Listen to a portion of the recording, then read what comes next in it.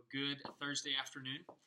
It's good to be back. I know it's been a few weeks with mission trip and Galveston kind of in the mix, our family vacation, and so it's good to be back doing videos. Remember, the purpose of these videos is for us not to have to meet so often, and so I hope you're watching them. Um, some of them I use for just information, dates, reminders, purpose behind what we're doing. Sometimes I use them for vision, kind of casting what's coming and getting you ready as small group leaders. Some of them I'm putting some training in, where I see practical things that need to be talked about and reminded so often along the journey of you leading students. And so that's kind of the purpose, and I think it's good to remind us of, okay, why are we watching these videos? Well, it's Nick's opportunity for 10 minutes once a week to pour in kind of my heart, direction of student ministry, training for you as small group leaders, things to keep in mind as you're leading students. And so this week, I wanted to use it as an opportunity to provide a little bit of information, but cast some vision for what's coming. There's two major things about to happen in our student ministry, and both are happening within the next 3 to 4 weeks. The first is our splitting of small groups, and we have, for the first time in our student ministry since I've been here, come to a place where we've got to make hard decisions. And it's this concept of, do we want to keep our groups small so that you as small group leaders feel like you're not overwhelmed with the number of students that are in your small group. Even with 2 leaders, your small group should never be over 8 to 10 students.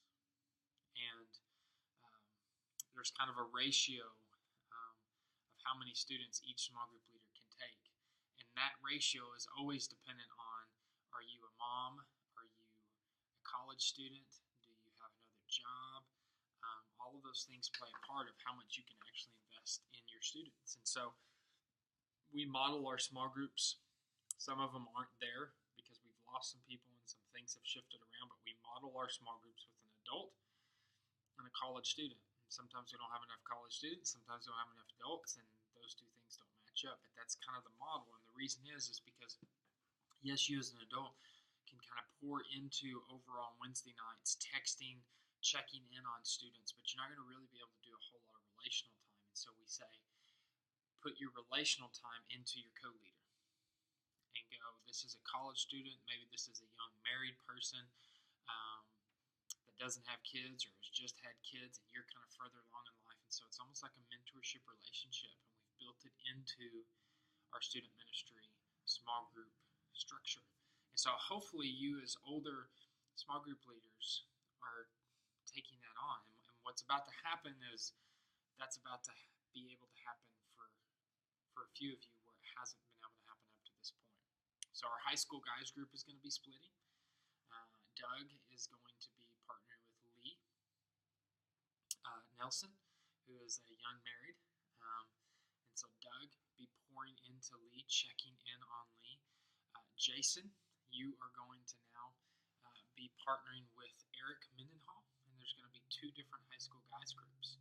And so Jason, get with Eric, be pouring into Eric. I love how we've seen that happen between Doug, you, and Jason, and how y'all been able to work out together and share some life together. And that's kind of the model we want to see within that small group structure. So though you're partnering together to pour into students, you're also pouring into each other. And one of you is really kind of taking, as the leader of the group, kind of overseeing what's going on in the whole group. The other group that's going to be splitting is our middle school girls 1 group, which is Carrie Bedgood and Haley Hahn are going to be splitting off. And Carrie's going to be taking a group, and she's going to have Katie Nelson, which is Lee's wife, is going to be with her. And then Haley is going to have Megan Weaver is going to be moving over and partnering with you. And we're going to be building our middle school girls groups even more.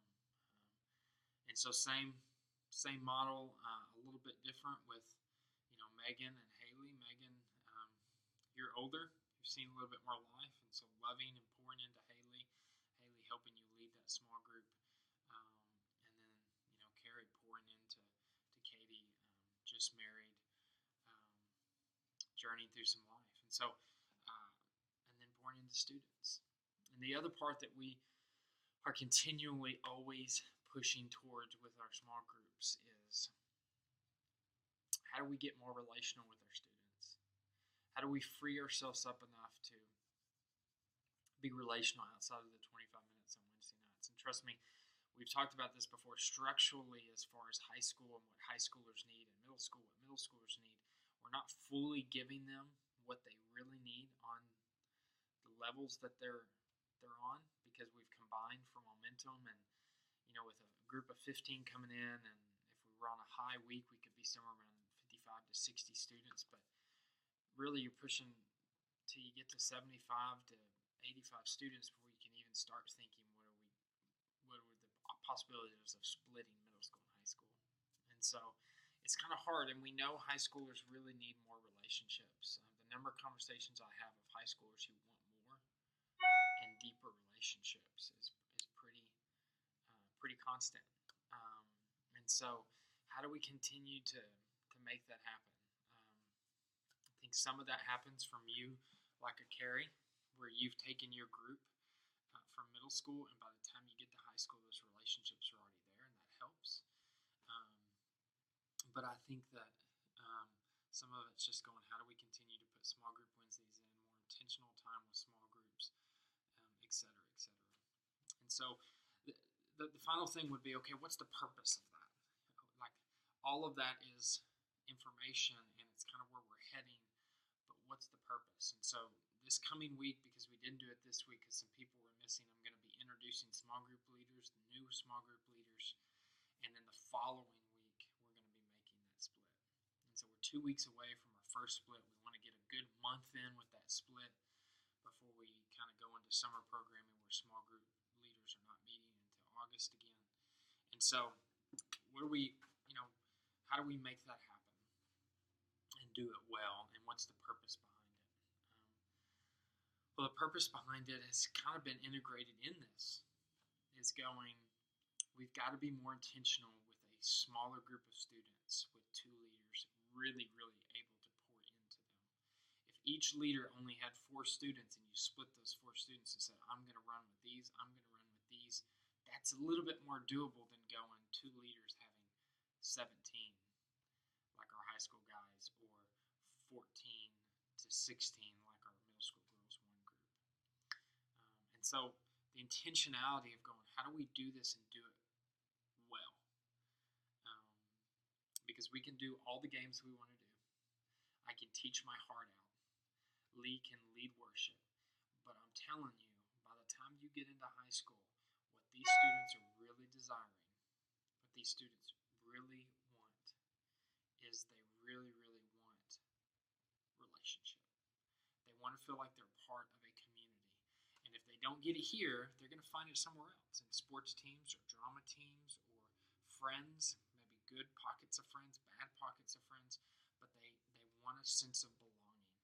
And some of y'all as groups are starting to see that, especially in our middle school, because I think they're at a place where they're just forming those type of relationships. But our high school groups, it's a struggle, because they've already got some of those friendships outside of here. And so you have to work even harder to go, we got to be intentional about getting these guys together and pouring into them.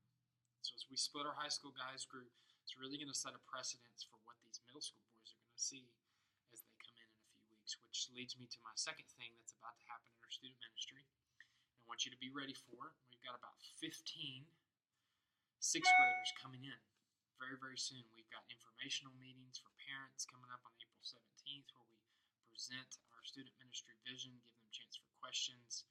Then we've got the lock-in the last weekend of April, and then the following Wednesday, first Wednesday of May, they're with us.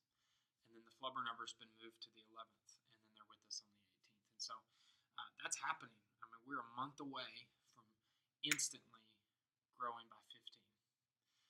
And a lot of those students and those students' families are core to our church. And so it's going to add an even further element of stability, of coreness to our student ministry, and really give us something we haven't had yet, which is a middle school boys group, which will be huge as we're trying to gain some momentum in middle school boys right now. And then it's also going to give us a few more small groups, which means more leaders, which means our leadership team grows, which means even more intentionality of me pouring into y'all, and what that looks like.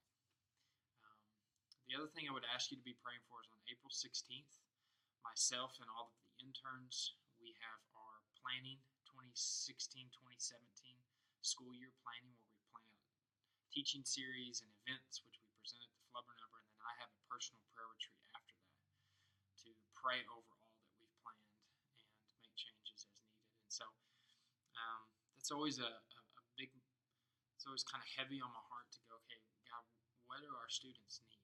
Because that's where we gear what we're going to do that lines up with the vision of our church. And so I always want to stay on purpose, but also want to go, what do our students need in this next season, as far as teaching, as far as relationships, how do we allow that to happen more, leadership, etc., etc. So big stuff happening and purpose behind it all. And so I would ask that you continue praying without ceasing for our student ministry, the students in your small group, leadership, what's coming next, because it's all exciting, but it's as we grow in numbers, we have to shift in programming and structure and leadership, because our group of students now needs something different. We're no longer a student ministry of 20 students. We are a student ministry of 50 to 60 in about a month, and that's a huge shift.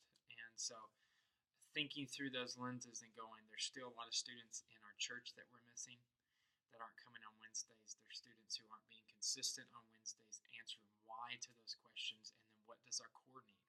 How do we pour more into our core and those who want to go deeper than what we go on Wednesday nights? And so there's a lot that goes into that, but I love that you're on the team, and I love that you're praying, and I love that I get to do these videos. I apologize for this one going long, but I always like to keep you in the loop and keep you excited and motivated for what's coming. Tell you you're doing a great job, and keep pushing, keep pushing, keep pushing. Love you guys. Have a good weekend and happy Easter. We'll see you Sunday.